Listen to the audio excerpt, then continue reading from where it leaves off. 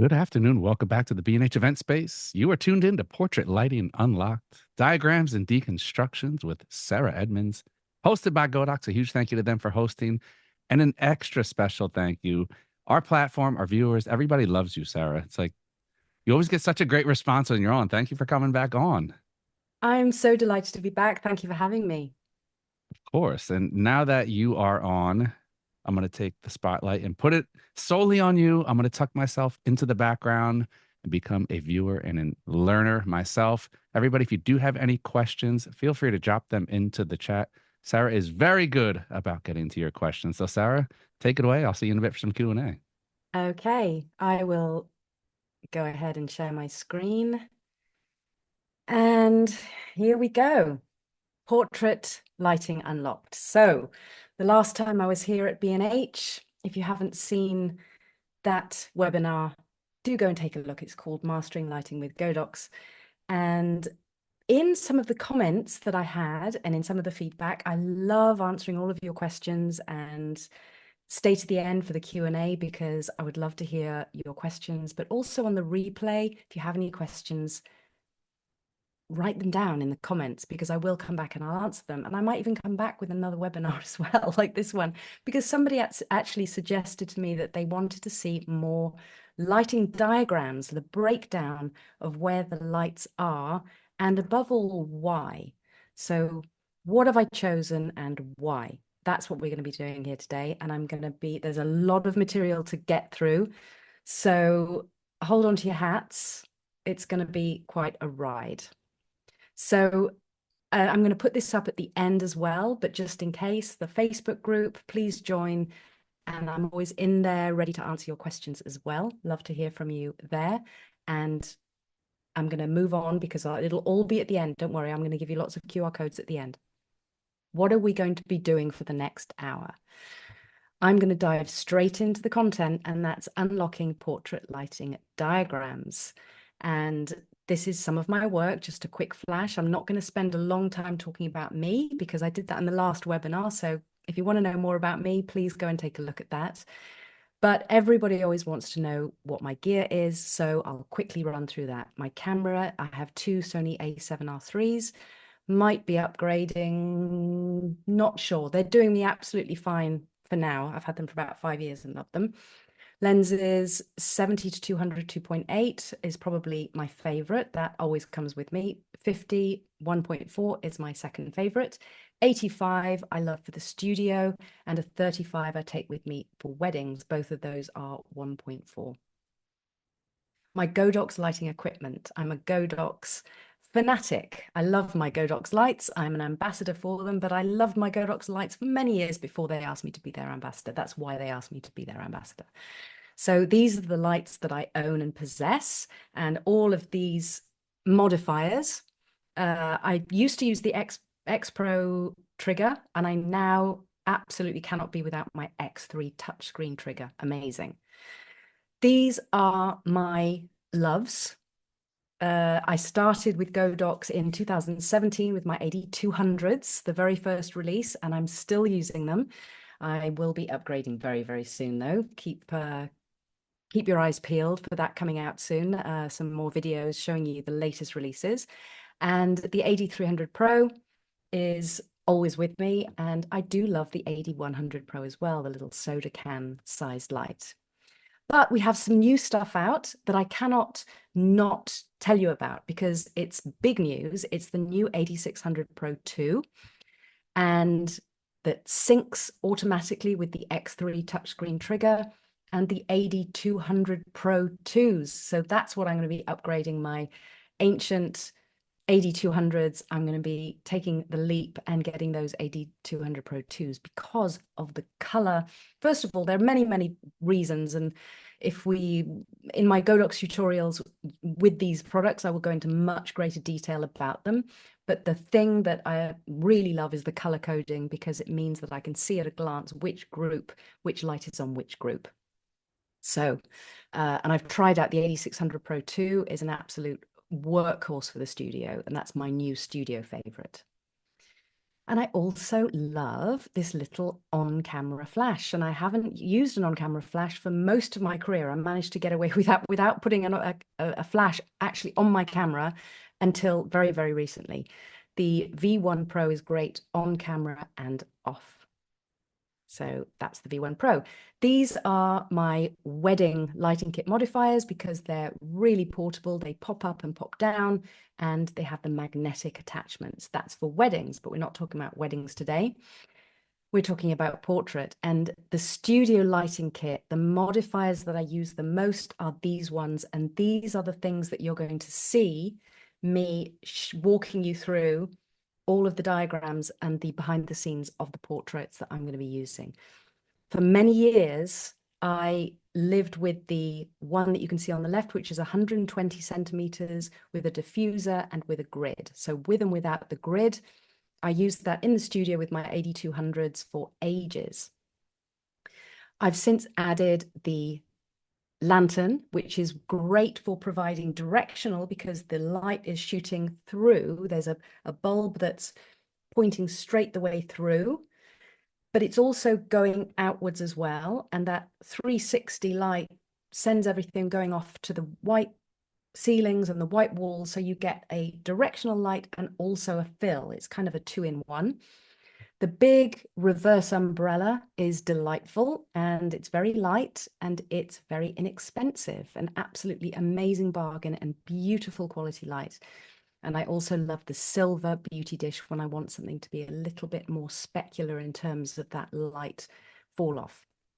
So lighting is so important. Photography is all about lighting. Photography, that's literally what it means. Writing with light. You have to understand lighting, whether it's natural or artificial. Once you understand lighting and the way that it falls and how it works, then you can envisage something in your mind and bring it to life. So I'm just going to quickly go over, very, very quickly go over my 3Ds, which is what I remember to describe how we obtain quality of light. Okay, this mysterious thing, quality of light, what does it mean? It's simply the way that the light falls on a subject because of the direction, the diffusion, and the distance. So the direction is causing those lighting patterns to fall on the face. The diffusion is about softening the light. It's about that shadow fall off, that light fall off, and the harshness of the shadows. And the distance is power and also softness and hardness as well. So understanding those three things, if you can harness those three things, you can harness the power of light. One key thing before we get stuck into the images and the diagrams is understanding the concept of feathering. Feathering simply means that you are, if you imagine a feather, you've got the spine down the middle, and then you've got the feathery bit going out to the side. So if we think of the light, the main beam of light, the hot spot, the most concentrated part of the light being that spine in the middle of that bone in the middle of the feather, and then we just want the edges of the feather to just touch the subject. And we do that by making the light point across the subject, or sometimes away from the subject. Sometimes the light isn't pointing anywhere near the subject at all. You're going to see that on the diagrams, and I need you to understand that because that's all about controlling the light and exactly what part of the light we want to fall on the face of the subject. So let's get started. Let's start with a simple one. This is a one light shot, and this is with the 1200, the AD 1200 Pro. You'll find that I'm using the AD series a lot because of the lack of, you don't have to plug them in. They're battery operated. You can take them outside, indoors, anywhere. You don't have wires cluttering up the studio. This is the AD 1200 with the ring flash attachment. And I tried it on axis, but which gives a great, really, really sort of paparazzi look. But then I just wanted to get a little bit more drama, and I took it off axis. So I got my stylist to hold it up high, and it was at more or less a 45-degree angle. So there we go, AD 1200 Pro. Now, you might notice that I'm not giving you exact settings of the camera or the lights at this point, and I'm doing that for a reason. The reason is that I want you to learn to see. So I don't want you to write down my exact settings and then think that that's the recipe to then go into the studio. And if you just copy everything that I've done, you'll get exactly the same. I want you to look at your results, look at shoot tethered or look in the back of the camera and ask yourself, is this what I want the light to be doing?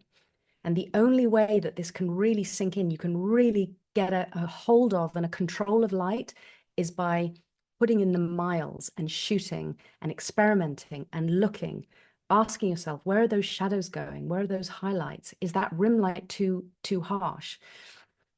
I feel like, tell me in the comments if you've ever been to a workshop and the instructor has said to you, okay, my settings are f4, 200th of a second, and the lighting is, and then you do it and you take the picture and then you go home and then you think, what was that? What am I supposed to do? I don't understand. That's because if I just give you a recipe and you try to replicate it, you're not really learning by finding things out for yourself. So I want you to look at these ideas and then go into the studio and try it out for yourself and try again. Look at the image, come back and ask yourself, do I need to move this light 3 inches that way or a foot backwards? You tell me. So this is another one light setup, and this is a very simple. It's let's go back and let me just take a look at the shadow under her nose.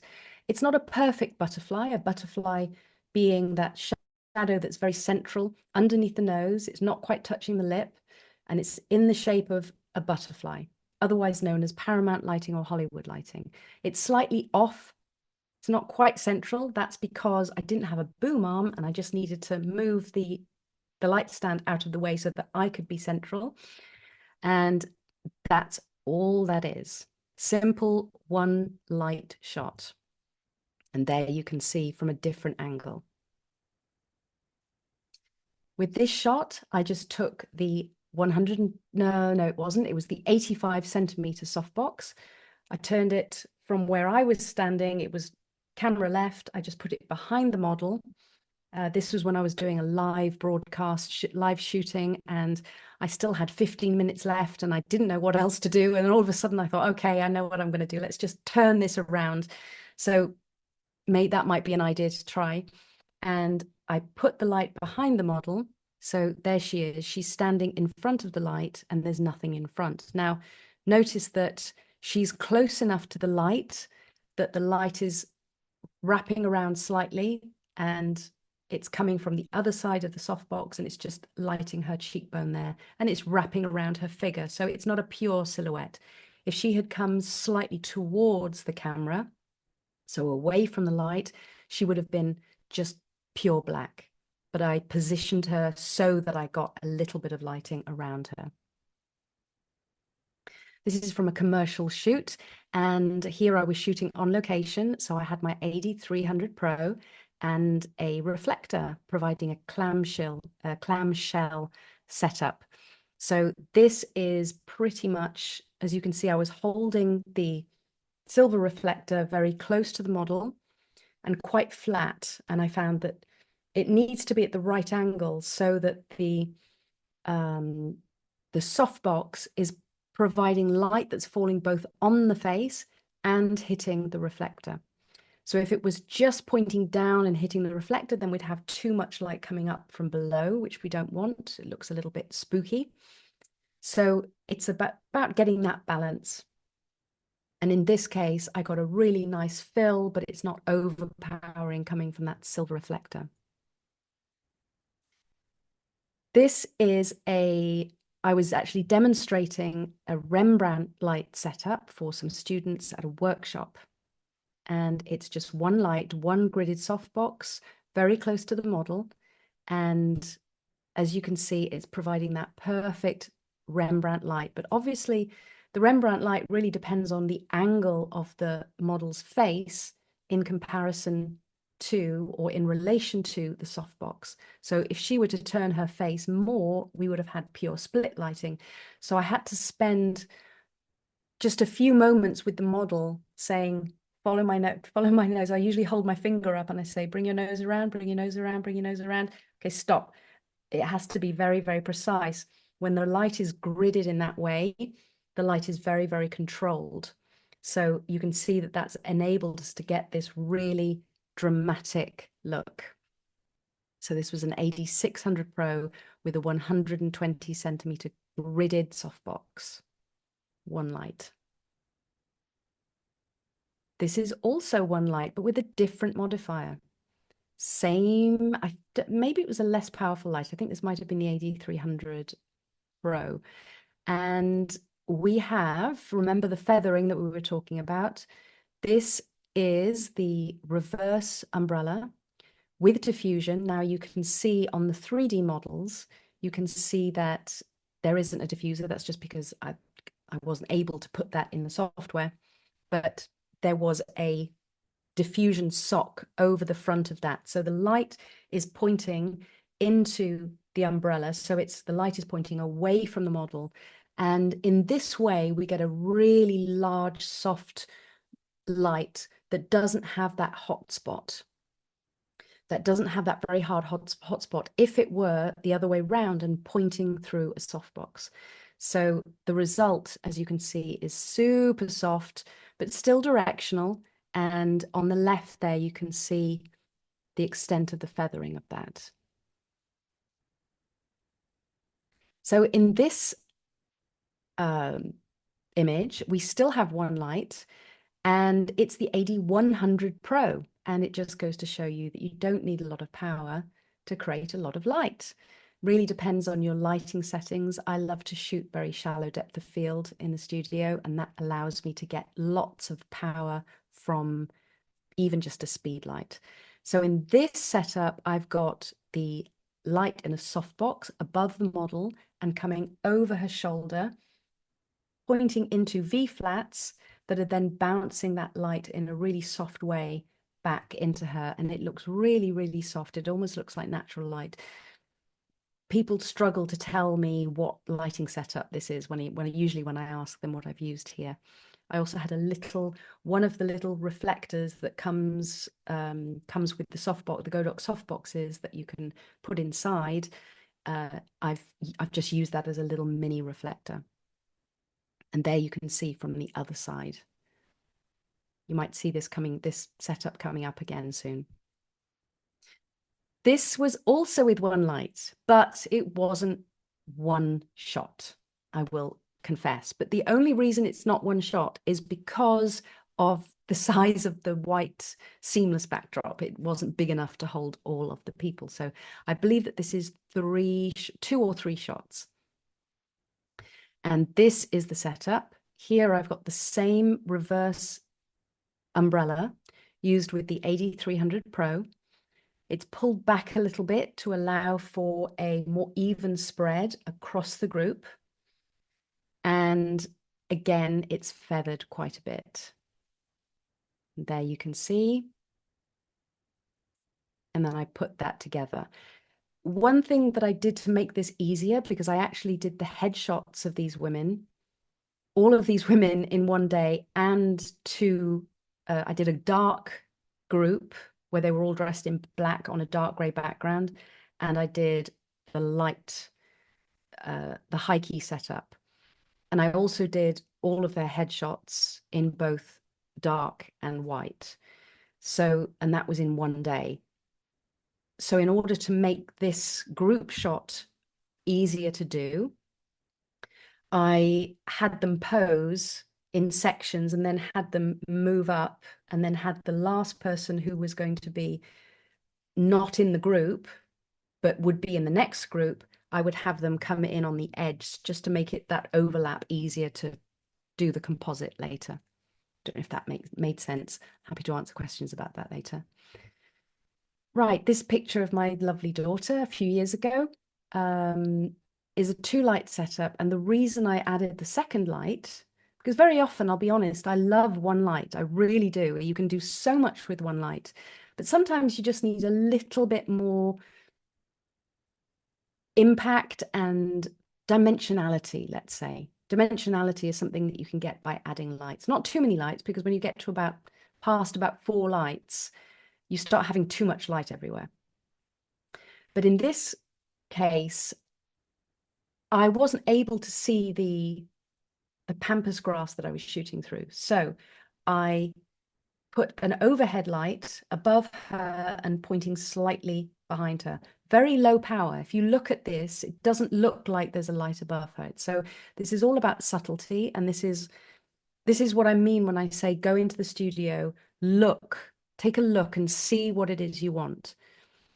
Really learn to see. I'm not saying don't use light meters. If you like to use light meters, then absolutely fantastic.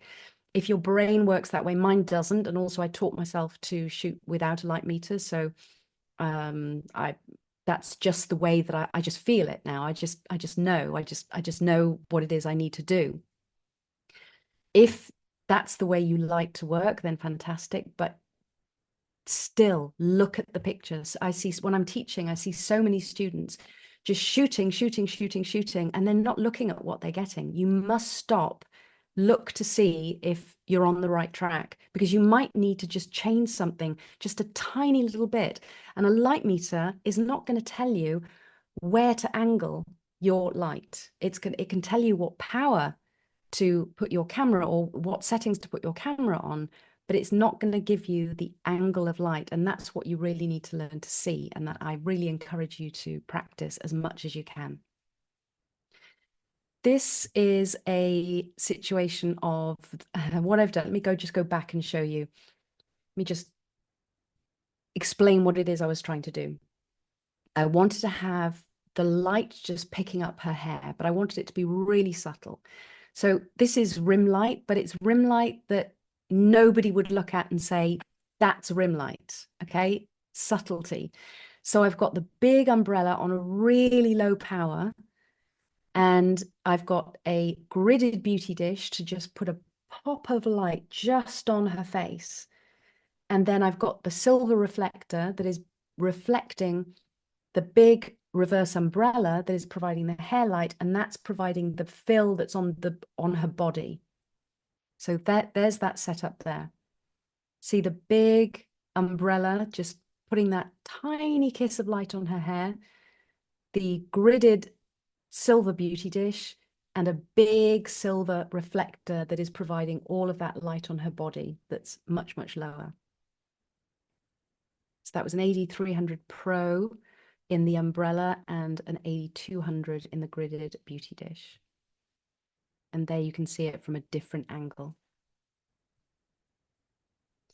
With this shoot here, you'll see me using this over it again and again with different modifiers, but the overhead light, and that was because I just wanted to catch that hat that was on her head and just provide some overall fill. And then I've got the lantern softbox, which is that directional yet glowing, bouncing ball of light that is the lantern softbox. And that's providing the key light. So there it is from another angle. Very simple. And you can see that lantern softbox is so soft. She's hardly got any shadows at all. There is a little bit coming down on her cheekbones, but really hardly any shadow under her nose at all. Oh, this is one of my favorite shoots. So with this one, I've got the beauty dish on the main subject, and on a lower power, I've got the 8200s lighting the background, but with gels, 2 different color gels. And the inspiration I got for that was I was actually shooting her with a bright white background. That was my original intention, was to have very high contrast black and white. And then I saw the way that the sequins reflected this fuchsia and the orange, and because it wasn't working with the white background, I didn't keep any of those images at all. It just wasn't working. And I just thought, we need more color. And luckily I had with me, I wasn't in my studio, I was in a rented studio, and luckily I had my gels with me. And then if you watch the video on the Godox channel, and you can see me literally jumping, squealing, that was 100% outtake captured in the moment, because I was just so happy that I'd finally, it was working. Oh my God. You ever get that feeling, right? When you're in the studio and things just aren't working, and then you have an idea and then you just go, oh my God, that's exactly what happened. Ended up being one of my favorite shots.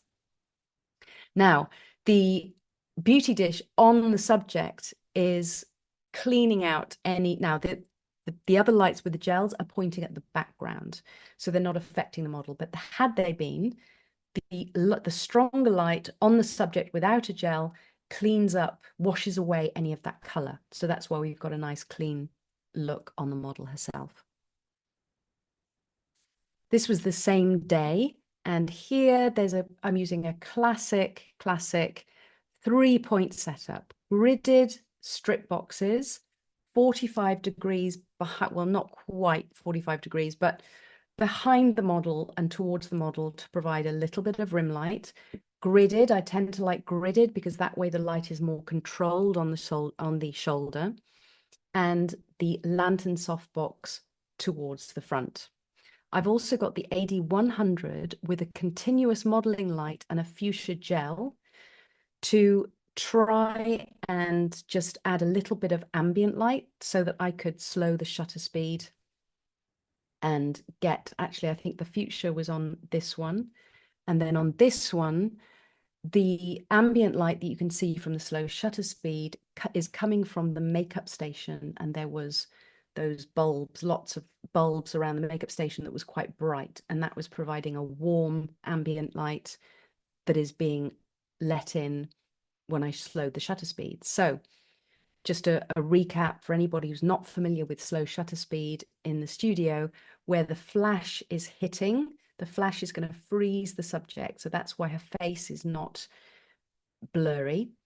And the parts that aren't being caught by the flash so much are in movement because of the slow shutter speed. This one, again, very straightforward 3-point lighting setup with the gridded strip soft boxes and a beauty dish in the front. And when I say the controlled rim light, you can see the effects of that here by the dark shadow going down her shoulder. If I didn't have the grid, that probably wouldn't be there. The light would be wrapping around a lot more. So by putting the grid on, I'm really isolating the 3-point light setup. Let's say that I had, instead of a gridded strip box, I just had a soft box, a round, big round soft box in all 3 positions. Then there would just be light everywhere. The smaller light sources with grids allows me to get some shadow in there. And it's the shadow that creates that shape and that 3-dimensionality. And with this one, we added a 4th light, and that was to light the background. So the background is a cloud backdrop, which is my own, and I printed it. And I've got exactly the same setup, gridded rim lights, beauty dish at the front, and then I've got the AD100 just on the floor on an apple box pointing up so that we get this, it looks like there's this storm cloud and the sun about to burst through the cloud behind her. But that's the backdrop. And you can just see the little kiss of light on her hands there and also lighting up her hair. I told you it was going to be packed, right? The good thing is that when this is on the replay, you can go back, and if it's going too fast, you can always go back and watch. So this is starting to get a little bit more complicated now. This is using the BFPs, the projector attachments from Godox, which are fantastic fun.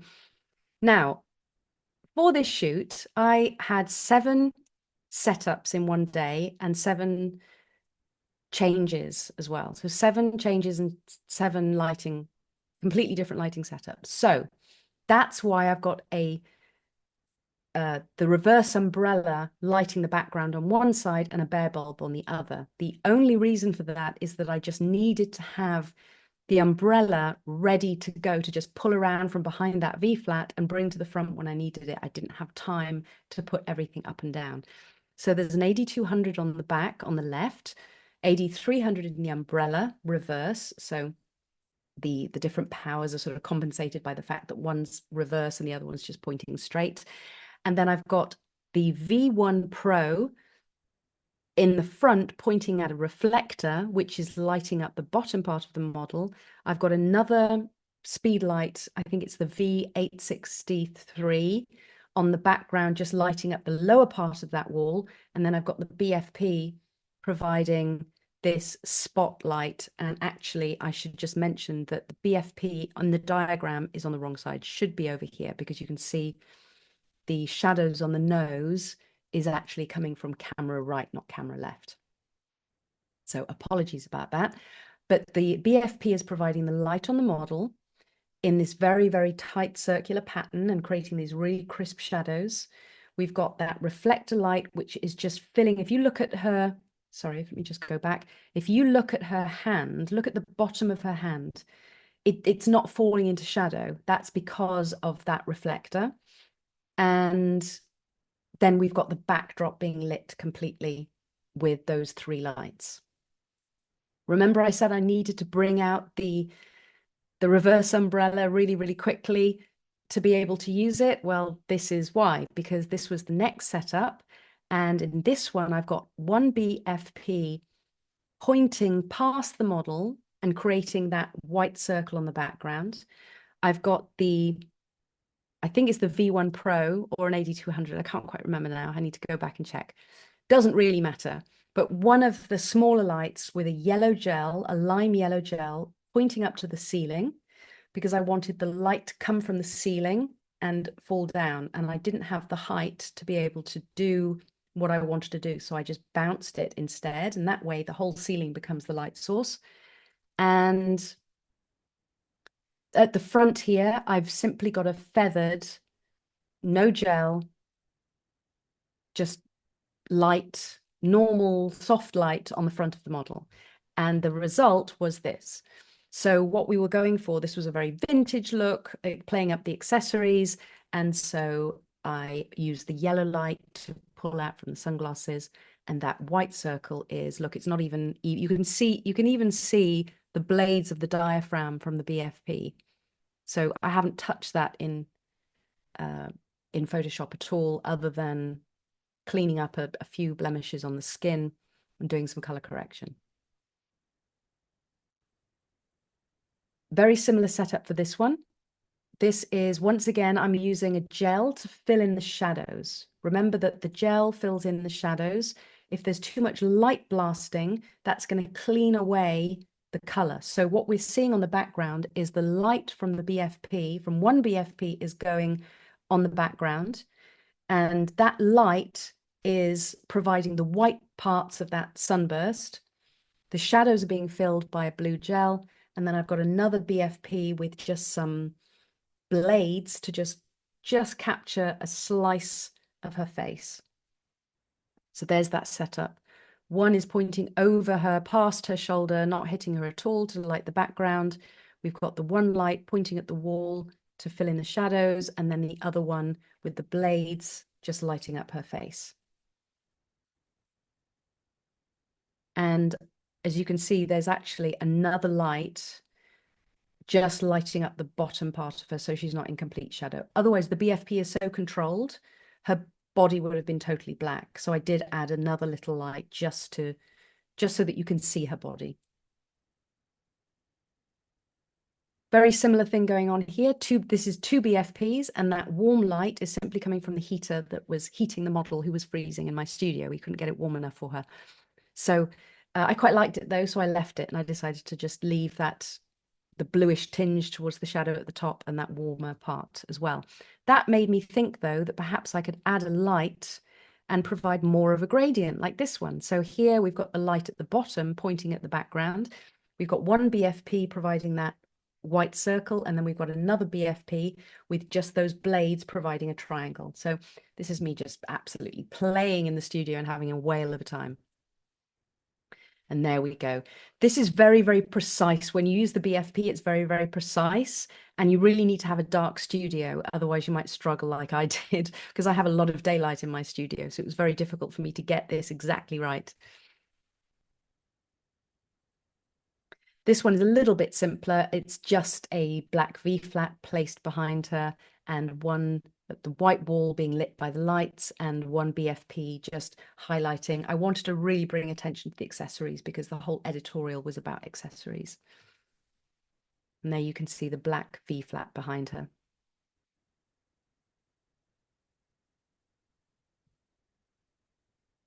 Using gels once again to fill in the shadows. This one is quite softly done because I wanted it to look like nighttime, like it's midnight. So this is in camera. So the fog was there. I had a fog machine, and the blue light is created with, once again, pointing at the ceiling. So a smaller light with it was an AD200 with a blue gel pointing up off the ceiling, and then a gridded softbox on our Cinderella there. And remember me saying about the light cleaning off the gel. So the light on her is stronger than the blue gel, and the saturation of the blue gel comes when the light is on a low power. If the light that you use the gel with is too strong, it will wash out the color. So for rich saturated colors, remember it only is visible in those shadows where there's just a little bit of light. That's when you get the saturation of the color. And there's the same setup, and then from a different angle. This was the same day, and just to keep things quick, I left the light that was pointing up to the ceiling. I left where it was. I just took off the gel, angled it down to her on a very, very low power to provide the tiniest bit of dimensionality. And no modifier because I just didn't have time. And then at the front, I've got my softbox just on camera right this instead. And there it is there. And this gave me the idea to put together this. So this was what I was trying to do. Alice Through the Looking Glass. And I had this frame. It's been in my studio for years. And I finally thought, oh, this would look great. I could have her coming through the mirror. But we couldn't quite get the pose right. It didn't quite work. So I decided to do it as a piece of digital art and as a composite. So here I've taken the picture of the frame and I've put it together with one of the other pictures of her with the teacup. And I did a lot of work on this. This is in 3 parts, and this is on my platform, which you can scan there and you can go and see. You can sign up to be able to see it if you want to. It's a long watch. It's 3 separate, I think it's 3 hours. But it shows you the whole process, and it also shows you my thought process as I'm thinking, maybe I'll try this. No, this isn't working. And then how I'm trying to create the illusion of the frame and the glass, which was very difficult. And I'm not quite sure I got there completely, but I'm about as happy as I can be with this one.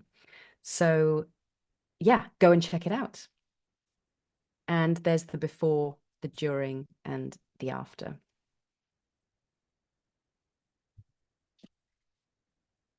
This is another one of my favorite bright white background, high contrast. I love to have a dark outfit on a light background or a dark background. And this one, I just felt like the white background was really making it pop. And I also liked the fact that the light falls off a little bit on the background and you can see a little bit of cyan, which I really felt worked really well with the red boots and the red lipstick and the red necklace. So this is simply, I've got an AD300 Pro just blasting at that cyclorama background, and it's just blasting away. It's just really, really strong because I just had the one light and I needed to light the whole of the background. So I just let it rip. And I've got a beauty dish on the face, and that's providing just a little pop of light on the face. And I love the fact that the shadow is just going over her eye like that. It just looks really mysterious. This one has no key light at all. This is just background lights. So the model is close enough. Once again, remember the flute picture at the beginning.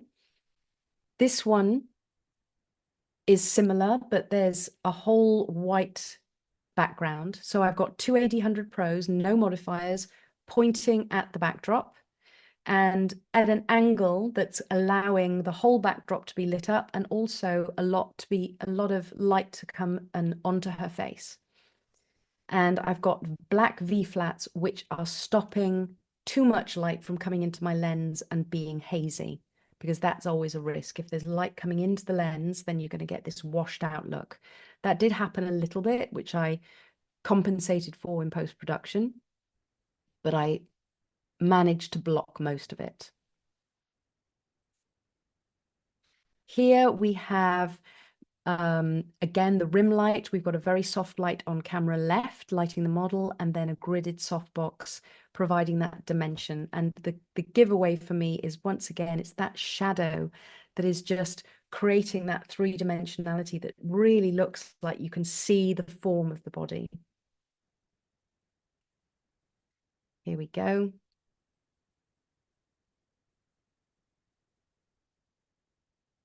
This is a very classic portrait setup, and it's once again, it's my overhead light and a softbox camera left. Now look at the sheen on her hair. You can see that it's very, very subtle, but it's there. And that comes from a softbox overhead in a boom arm. If you're able to get it completely over, then great. If you want it to light the background, you can have it closer to the background. If you don't want it to light the background, you can have it further forward. You do need to be careful that if it's overhead, it's not hitting the nose too much. It needs to be lower in power in relation to the key light enough that the key light is is the main source of light on the face and not the one that's overhead. So if you look at the picture, you can see that it's very, very subtle, that light coming from overhead. And there's the same setup, but just with the girl facing forwards. Now, you might be forgiven for thinking this is a natural light portrait. It isn't. This is with the AD600 Pro 2, the brand new one that I got to try out. And I'm shooting at f1.4, and I've just got it on really low power. And I'm just using that light to shape I'm putting the shadows exactly where I want to, but I'm still shooting at f1.4, and it's blended with the ambient light. So those shadows are super soft. You can barely see them, but I've still got the control to be able to put those shadows exactly where I want them. And just to be clear on how much is ambient and how much is the strobe, on the left is exactly the same camera settings with all of the strobes turned off, and on the right is with the strobe. This one is with my beloved reverse umbrella, AD600 Pro. She's just lying down. And when she went to lie down, I told her to lie down, and she put her head on the other side, and I quickly said, no, no, no, round the other way. Remember, it's a common mistake. The light has to go down the body, okay? Starting from the head and going down. Otherwise, it's just going to look all wrong. And there you can see that setup there. By the way, the photo looked pretty much like this out of camera. I did add some tulle on the backdrop there. I could see a little bit of gray backdrop. I filled that in. I filled in a few bits of hair. I reduced a bit of blemishes, and that's it. Everything else was as is. This is my old favorite, the bounced overhead light. So here we've got the light behind her. We've got the V-flats like in a cage around her, and I'm shooting through the gap. I'm using actually a 50mm lens on this one, and I rarely use a 50mm lens that close on a subject, but it really made her look waif-like.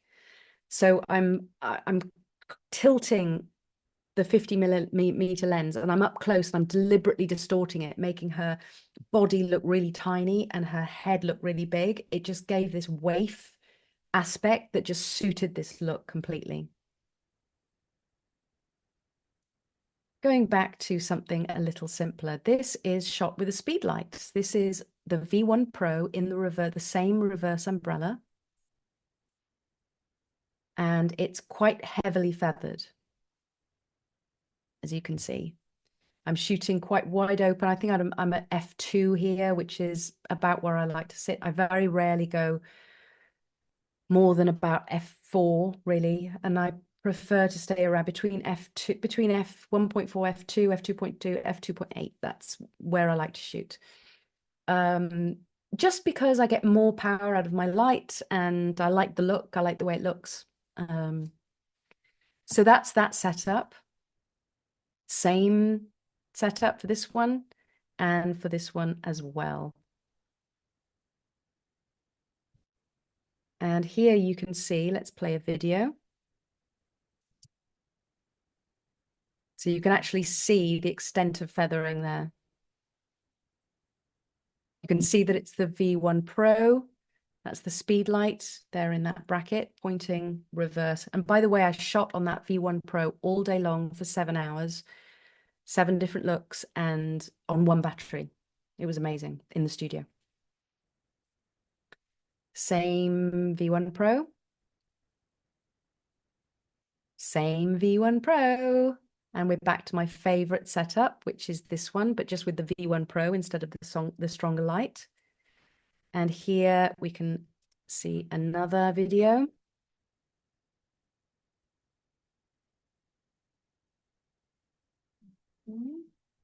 Okay. And there it is again. I could have shot forever. Once I got this set up, I was so happy it was going so well. I could have just kept going forever.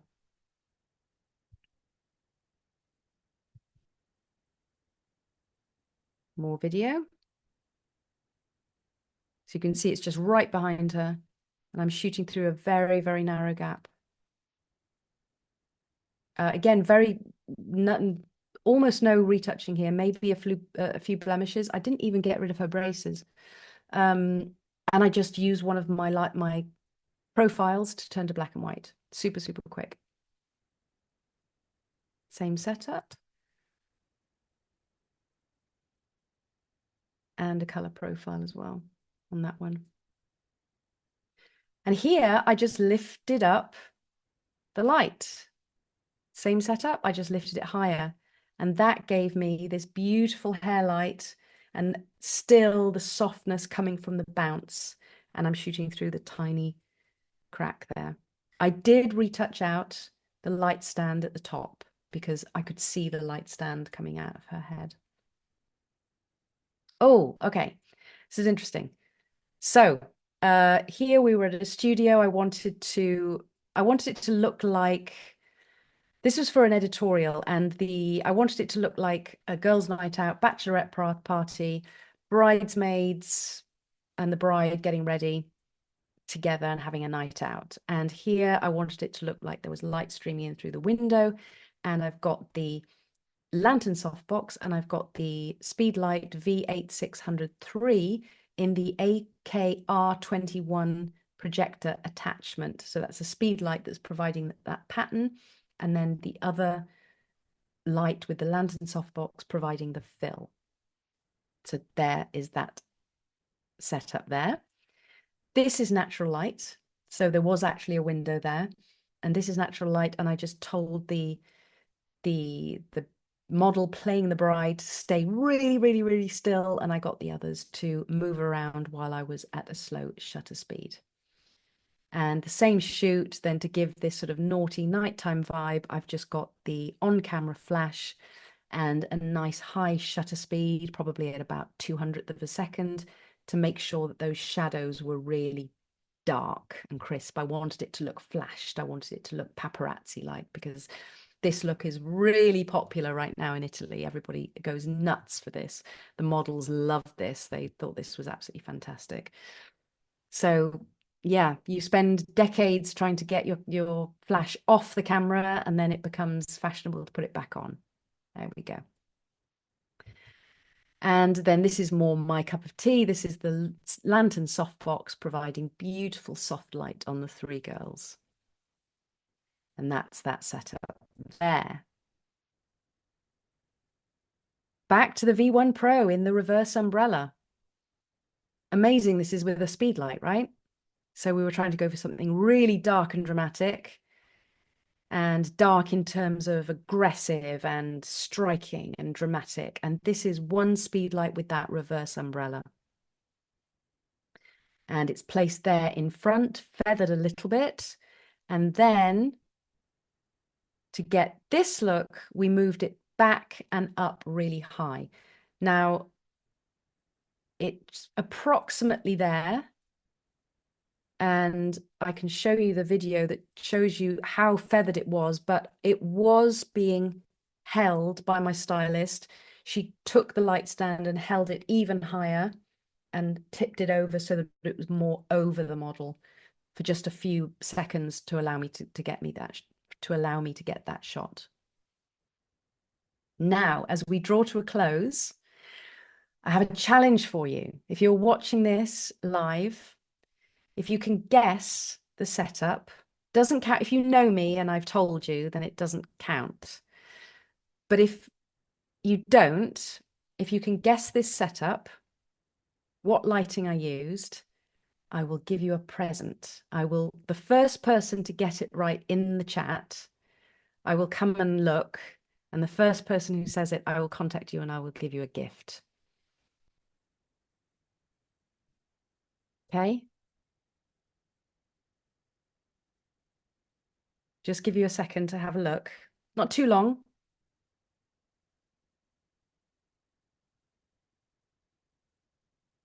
Answers on a postcard? Not really. In the chat. Who remembers that? Answers on a postcard. That was a long time ago, wasn't it? I'm showing my age. Okay, that's it. So I'm going to give you the answer now. So that was the V1 Pro on camera. So the reason it doesn't look that much like on camera is because I've got it on camera, but I've got it bouncing off a V flat. And I'm using the sub flash, which is this little flash at the front on a very low power to provide a little bit of forward fill. And I'm also blending it with the ambient light, which was natural daylight coming in through the window. So I used the V1 Pro with sub flash. There you can see I was sitting down. I've got the V flat there. I think I also at one point I had the umbrella as well, and I used the diffusion on the umbrella as a bounce as well. But it could be a wall. So you could, as long as you're sitting in the right position, close enough to the wall, with the right angle for where the person is sitting, you could do the same. And that's the result. So as we draw to a close, I invite you to join my Facebook group. Please come and join us. We're a lovely bunch. I'm in there. Dario, my husband and business partner, is in there, and we're answering questions and participating, and it's great fun. And I would also like to invite everybody watching to sign up for 5 days of freebies. If you sign up by scanning the QR code, I will send you something nice and free for the next 5 days. So with that, I will hand back over to Derek. Thank you very much. And I would love to answer some questions. That was awesome and extensive. I was expecting like half of the diagrams. I'm like, man, we would have been good with like people come on, share like 3 different diagrams. I'm like, I feel like we got the whole catalog there. Oh no, I've got loads more. Like, man, there's 200 more. I'm like, man, what am I doing with my life? I need to get on it. I need to get on it, Sarah. We're gonna start it out here. Well, I do want to point out Tracy in the chat said V1 Pro. Trish said bouncing with the V flats in front. West Coast Vivi said V1 Pro feathered in an umbrella. Your people do know you. Yeah, they do. But did they guess on camera though? Did they guess on camera? Nobody said on camera. Nobody said, and I'm embarrassed to tell you my guess because What was your I guess? never would have said on camera. I thought you would have had the big octa or the big umbrella over, and I'm like, man, shows how much I know. I'm No, retiring it's a today. deliberate trick though. It's a deliberate trick because to be fair, I did have the V flat positioned exactly where I wanted it. So, it's a little more difficult to just get that bounce just wandering around a reception room, for example. But, I did it on purpose, so it's I knew there okay. was going to be a trick in there. I'm like, I know I'm wrong. That's why I'm gonna keep my mouth shut. But all right, let's get to some questions here. Tracy's asking, what degree grid do you use for your beauty dish? Oh, I can't tell you the exact degree, but it's small, small, small, the Okay. smallest, really, really small, because I want to keep it nice and tight. Okay. Another question regarding not using a light meter or a gray card for measuring the exposure. Vivi is assuming you don't work with lighting ratios. Do you ever work with lighting ratios, or you just No, go based on feeling? yeah. I I just look and I will, if I'm really being good, I will layer it. So I will do the overhead light first and the rim lights so I can see it without seeing anything else. But I know what it wants to look. I do use the histogram extensively. Okay. So I go by what I can see on the image, but because the image can sometimes not tell us the truth on the back of the camera, it's better if you're tethering, but I can't tether if I'm at a wedding. I do look at the histogram and I try to get I have the JPEG set up in camera so that the the histogram is going to be close enough to the raw file to be reliable. So I don't have any settings in the back of the camera so that the JPEG is going to throw me off, if that helps. Okay. Yeah, I mean, it's a beautiful time to be a photographer right now because for every photographer that's like there are still a lot of professional photographers that use light meters, they use gray cards, they swear by them, they say everybody should, but I'm kind of I go based on it's like if you know and you have experience, you can kind of dial in close to where you want to be first time out, and then it's just little adjustments Yeah, here and there. You're able to see there's no everything. there's no right way, there's no wrong way. There are Yeah, some people who swear by light meters, and that's great. My brain just doesn't work that way. And same. if somebody says to me the inverse square law, my brain just goes, I don't want to have anything to do with that. No, no, no, no, no. But the fact is, I understand the reverse, what is it, the inverse square law. I understand how it works, but only because I had to do it the hard way by just practicing and getting a feel for it. So now I just feel it instinctively. I just know that I need to pull the light back for the spread to be more even. I know that, but I just spent a long time practicing. But the good thing about doing that, and as I say, there's no right way, there's no wrong way. The important thing is to get there. And the important thing is to be able to see what it is you're doing and be able to say, this isn't what I want it to look like. I need to change this, or let me try this. Okay, now it's working. And this is what I think is the step that people don't have. And if you rely too much on things like numbers and ratios, then a little that's taken away from you a little bit because there's no perfect ratio. My rim light might be so subtle and slight that it goes against what somebody else might say is correct. So it's all subjective. This is an art. It's an art form. What we do. There's no. It's entirely up to you what you want your image to look like. Exactly. And I love that approach. I mean, I'm the same way. And I kind of feel it's like exposure in general with cameras now. The camera's giving you an exposure based on a mathematical calculation. The camera doesn't Mhm. know, is this what you want? It's not telling you this is a good exposure. You know what a good exposure is. It's like Exactly. the image of the silhouette or the almost complete silhouette. Exactly. A camera's going to spit out a calculation. A camera doesn't know, well, does Sarah want a full silhouette or does she want 90% silhouette with a little bit of detail? And that's where you come in. And I feel like sometimes people rely too much on the technical aspect. And sometimes you just have to have, I mean, a big part of it is your intent. I feel like you're very intentional. You know the look you want to go for. You know how to get there, more importantly. And that's what it comes down to rather than the calculation. It's okay, if I'm not where I want to be, I know what I need to change or what I need to move around to get to what the Well, vision is. you say I know, but I don't always know. So, All right. so Well, sometimes, let's go there. yeah, How much of a like how much do you have, for most stuff, I would say let's go majority of the time. Do you have an idea, or is it kind of like, okay, I know where I want to start and I kind of just go from there? I'm very instinctual. So I will have a feeling that things are going terribly, terribly wrong and I need to fix them in the studio. So I'll feel it in my gut. This isn't working. I need to change something. So at that point, if I feel that, I know that I need to stop, just take a few minutes, look, try something else. Perhaps I need to do this. And then when it works, I'm euphoric. So this is something that I feel and I can't, there's no equation for me, the way that I work, there's no equation for that. I just have to, and that's why I love doing what I do. And I'm if I was just shooting clients day in, day out, I'd probably just have one setup and I would just leave it there. But because I teach as well, I'm always looking for new things. I'm trying to think outside the box. I'm trying to come up with something different.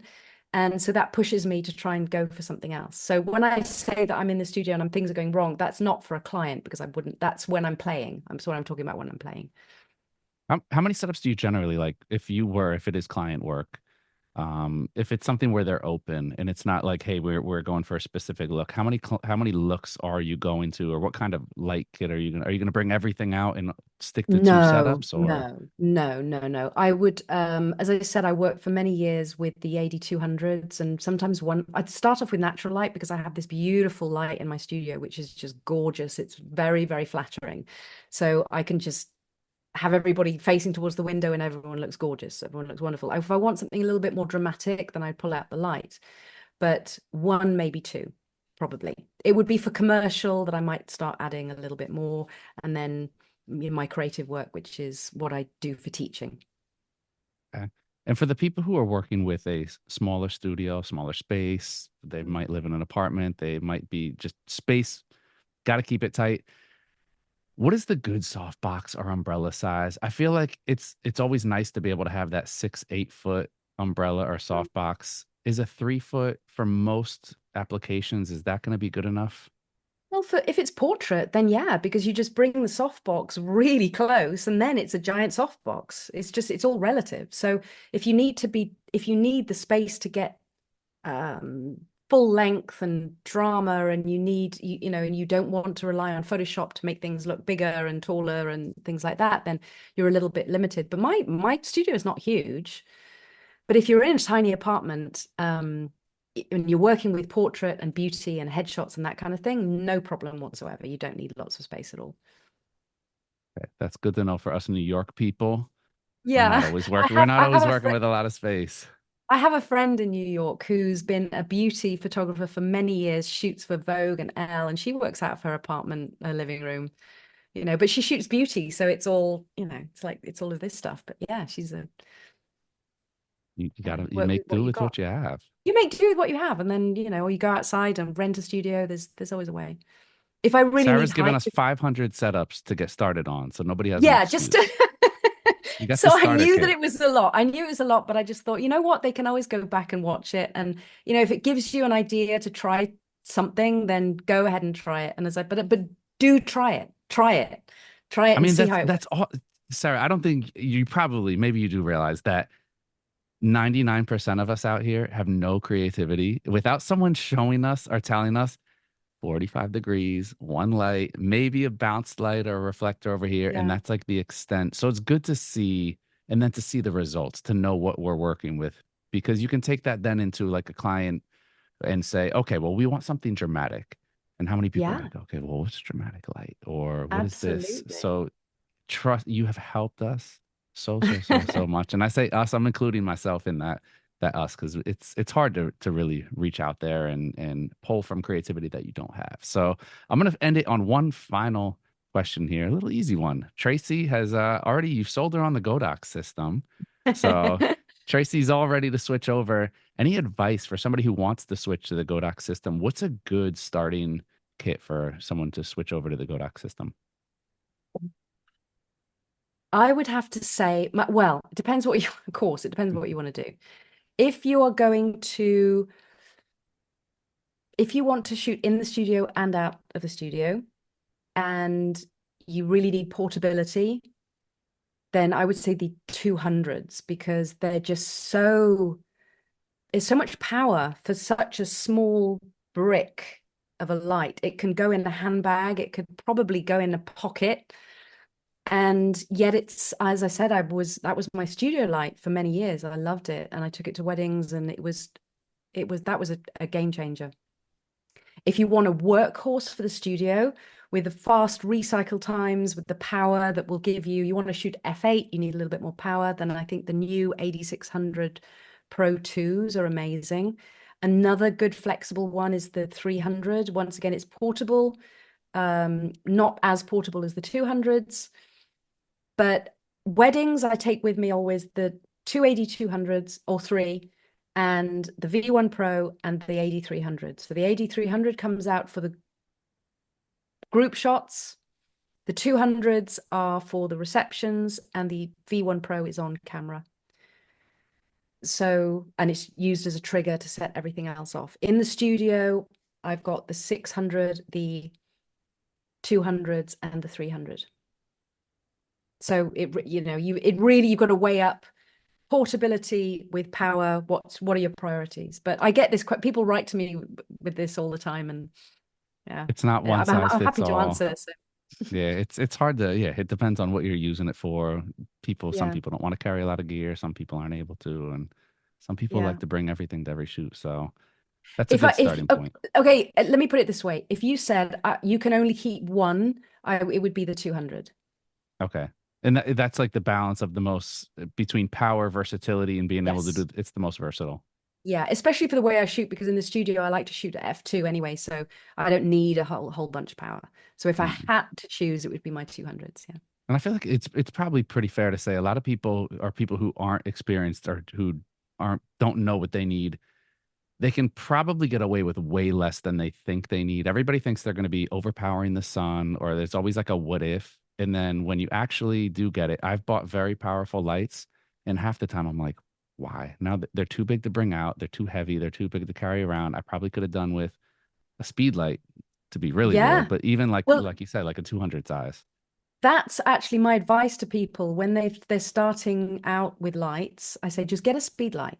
Just get a speed light, the simplest, cheapest speed light you can get hold of, and just master that, and then think about investing money. Because I have people, they have tiny studios and they've bought 1,000 watt power light, and then they're like, everything's too bright. I don't know how to, and they've got to put a neutral density filter on their lens to try and get down. So yeah, you do often need a lot less than you think. Yeah, it's true. Look at that. A camera retailer telling you not to go out and buy everything. Start Well, simple. I would, I have all of the toys, so I'm not one to speak. I'm not one to talk. Yeah, no, I agree. I think that's great advice. Start simple, master it. That's the most important thing. If you can't Yeah, master a yeah, speed light, absolutely. you're not ready for anything else. Sarah, it's Exactly. always great having you on. Beautiful, beautiful body of work. And Thank you. Sarah's one of the few people that will go in, you'll answer the comments, you'll answer the questions, you do respond, which I love. I mean, I think everyone wants to, they have these really specific questions, and sometimes it's hard to boil everything into a couple different responses there. So huge thank you to Sarah and of course Godox for hosting, and to all of our viewers out there. It's always great to have you engaged in what we have going on. Head over to YouTube if you haven't already. You can find this and all of our other recorded content. On behalf of Sarah, Godox, the rest of the B&H team, that is it. Another edition of the B&H virtual event space now in the books. Catch y'all next time.